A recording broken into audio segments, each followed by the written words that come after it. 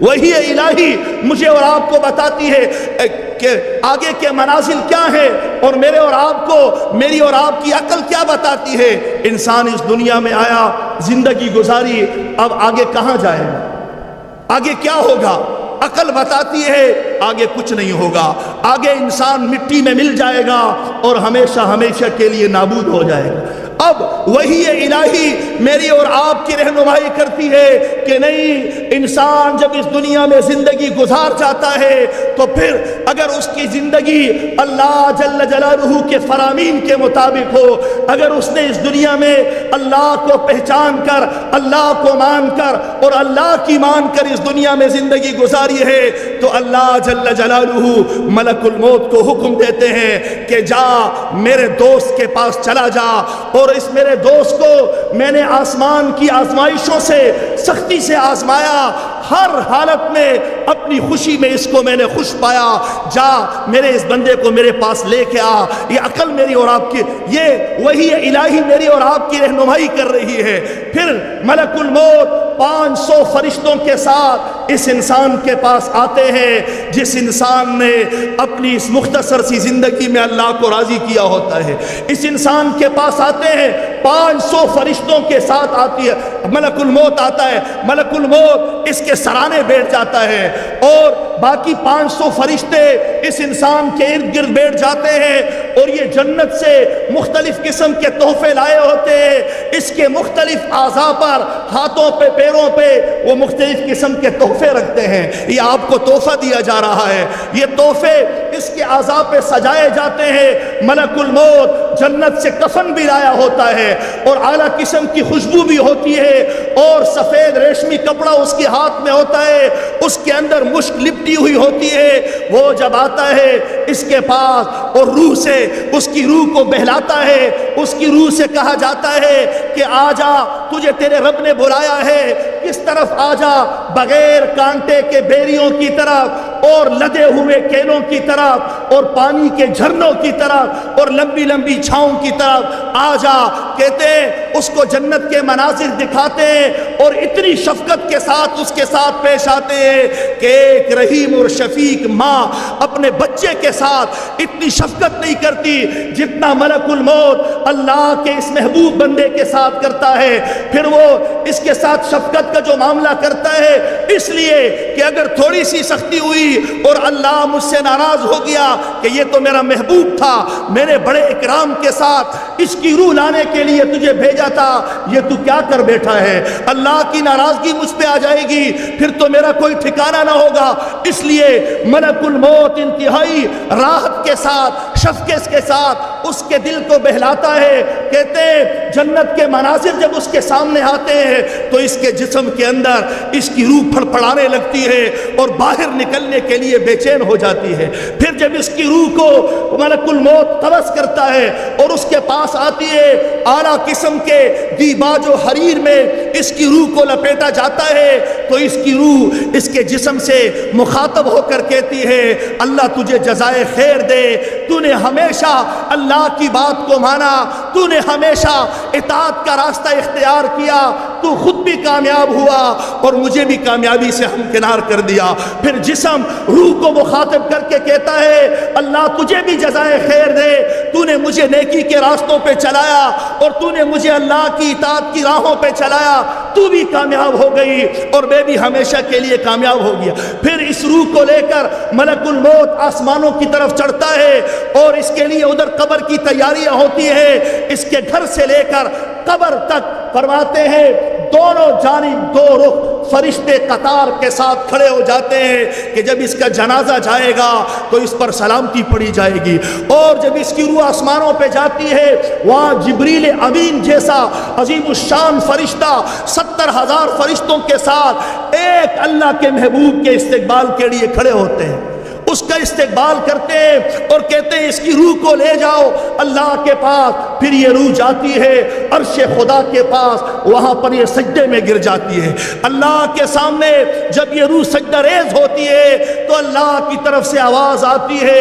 اس کو ہمیشہ ہمیشہ کی نعمتوں کی طرف لے جاؤ، پانی کے جھرنوں کی طرف، لمبی لمبی چھاؤں کی طرف، بغیر کانٹے کی بیریوں کی طرف، لدے ہوئے کیلوں کی طرف اور ساری جنت کی نعمتوں کی طرف اس روح کو لے جایا جائے۔ پھر جب اس روح کو لایا جاتا ہے اور اس کو قبر میں لٹایا جاتا ہے تو قبر میں اس کے دائیں طرف نماز ہوتی ہے، اس کے بائیں طرف روزہ ہوتا ہے اور اس کے سر کی طرف قرآن ہوتا ہے جس پہ اس نے عمل کیا ہوتا ہے، اور اس کے پیروں کی طرف نمازوں کی طرف چل کے آنے والا عمل ہوتا ہے، اور ایک کنارے پہ صبر کھڑے ہو کے یہ سارے حالات کو دیکھتا رہتا ہے۔ پھر اللہ جل جلالہ کی طرف سے پوچھنے والے فرشتے منکر نکیر آتے ہیں، بڑے خوفناک حالت میں۔ یہ واقعہ رسول اللہ صلی اللہ تعالی علیہ وسلم صحابہ کو سنا رہے ہیں اور کہتے ہیں، آپ علیہ الصلوۃ والسلام فرماتے ہیں ملک الموت کی شکل بہت ڈراؤنی ہوتی ہے، اس کے بعد اس کے پیروں تک لمبے ہوتے ہیں،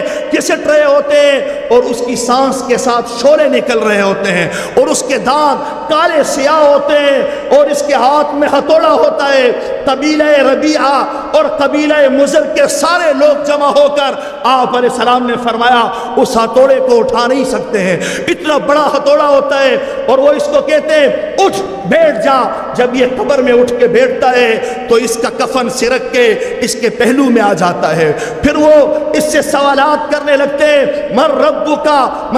ما دینک، تیرا رب کون ہے اور تیرا دین کیا تھا اور تیرا نبی کون ہے۔ آپ یہاں پہ آ کے صحابہ بے اختیار بول پڑے، یا رسول اللہ اتنی ڈراؤنی شکل ہوگی تو ہم جواب کیسے دیں گے؟ آپ علیہ الصلوۃ والسلام نے فرمایا اللہ پاک تمہارے قدموں کو جمائے گا اور تم بڑی بے باکی کے ساتھ کہہ دو گے، اگر تم نے رسول اللہ کا طریقہ اپنایا ہوگا بڑی بے باکی کے ساتھ قبر میں منکر نکیر کو مخاطب کر کے تم کہو گے میرا رب اللہ ہے جو تمہارا بھی رب ہے، اور میرا دین اسلام ہے جو تمہارا بھی دین ہے، اور میرا نبی امام الانبیاء خاتم النبیین ہادی عالم شافع محشر شفیع المذنبین سرکار دو عالم رسول اللہ صلی اللہ تعالی علیہ وسلم ہے۔ اور جب ان سوالات کے جوابات سے فارغ ہو جایا جائے تو عذاب کی ایک لپک آئے گی انسان کو دکھانے کے لیے۔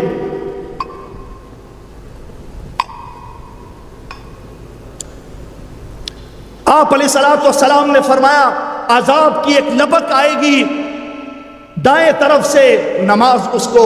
اس عذاب کی لپک کو روک لے گی کہ کہاں جا رہی ہے، یہ تو اللہ کا محبوب ہے۔ پھر یہ لپک بائیں طرف سے وہاں سے روزہ عذاب کو روکے گا، پھر سر کی طرف سے قرآن اور ذکر اس کو روکیں گے، پیر کی طرف سے عذاب آنا چاہے گا تو پیر کی طرف سے نمازوں کی طرف یہ جو میرے اور آپ کے چل کر آنا ہے یہ ایک عمل ہے، عظیم عمل ہے، یہ عمل پیر کی طرف سے دفاع کرے گا۔ جب دفاع ہو جائے گا اور عذاب رفع دفع ہو جائے گا تو صبر کہے گا میں دیکھ رہا تھا کہ تم اس کا دفاع کر سکتے ہو یا نہیں، اگر کسی طرف سے کمزوری ہوتی تو پھر میں آگے آتا اور میں دفاع کرتا، لیکن اب میں پل صراط پہ اور میزان میں اس کا ساتھ دوں گا۔ پھر آپ علیہ الصلوۃ والسلام نے ارشاد فرمایا اس کے لیے حکم ہوگا، اس کو کہا جائے گا، فرشتے اس سے کہیں گے کہ نظریں اٹھا کے دیکھ، جب یہ اوپر دیکھے گا جنت کے دروازے کھل جائیں گے اور ایسی راحت کا سامان ہوگا، ایسے دل کے سرور کا سامان ہوگا کہ اس کی روح کو ایک شاد آئے گا اور ایسے اس کی روح خوش ہوگی کہ قیامت کے قائم ہونے تک وہ خوشی اس پر طاری ہو جائے گی۔ پھر اس کو کہا جائے گا کہ اپنے نیچے دیکھ، یہ نیچے دیکھے گا تو جہنم کا الاؤ بھڑکتا ہوگا۔ فرشتے اس سے کہیں گے اگر تو اللہ کی نافرمانی کر کے آتا، اگر تو رسول اللہ کی نافرمانی کر کے آتا، اگر رسول اللہ کی سنتوں کو چھوڑ کے آتا تو اس جہنم میں تجھے جانا پڑتا۔ پھر اس پر ایک خوشی طاری ہوگی کہ اللہ نے مجھے اس جہنم سے بچا لیا۔ حضرت عائشہ رضی اللہ تعالیٰ عنہ فرماتی ہے 70 دروازے جنت کے اس کے لیے کھولے جائیں گے اور یہ میٹھی نیند قیامت کے قائم ہونے تک اس قبر میں جنت کی خوبصورت نعمتوں سے اور اس کی ٹھنڈی ٹھنڈی ہواؤں سے لطف اندوز ہوگا۔ یہ میرے اور آپ کی رہنمائی کیا کون کرتا ہے؟ یہ وحی الہی، یہ وحی الہی بتاتی ہے۔ انسان کو بتائیں اس سے راحت ملتی ہے کہ نہیں، سکون ملتا ہے کہ نہیں، چین ملتا ہے۔ اور عقل جو رہنمائی کرتی ہے کہ انسان مٹی میں مل جائے گا، یہ انسان کو اضطراب کا شکار بنا دیتی ہے کہ میں کہاں چلا جاؤں گا اور میرا کیا ہوگا، اس کائنات کے ختم ہو جانے کے بعد میں مٹی ہو جاؤں گا، پھر اس مٹی میں بھی سانس ہوگی یا نہیں، اور ہوگا کیا؟ ساری زندگی بے چینیاں۔ اور ایمان والا جس کا غیب کی خبروں پہ کامل ایمان ہوتا ہے، وہ شاد اور مسرت کے ساتھ، راحت اور سکون کے ساتھ ایسے زندگی گزارتا ہے جیسے قرآن کی آیت میں اللہ فرماتے ہیں الا ان اولیاء اللہ لا خوف علیہم ولا هم يحزنون۔ اللہ کے دوستوں پہ نہ کوئی خوف ہوتا ہے اور نہ کوئی غم ہوتا ہے۔ لہم البشرا فی الحیات الدنیا، دنیا کی زندگی میں خوشخبریاں دی جاتی ہیں اور آخرت میں کامیابی سے ہمکنار کرایا جاتا ہے۔ اللہ پاک مجھے اور آپ کو عمل کی توفیق نصیب فرمائے۔ وآخر دعوانا الحمدللہ۔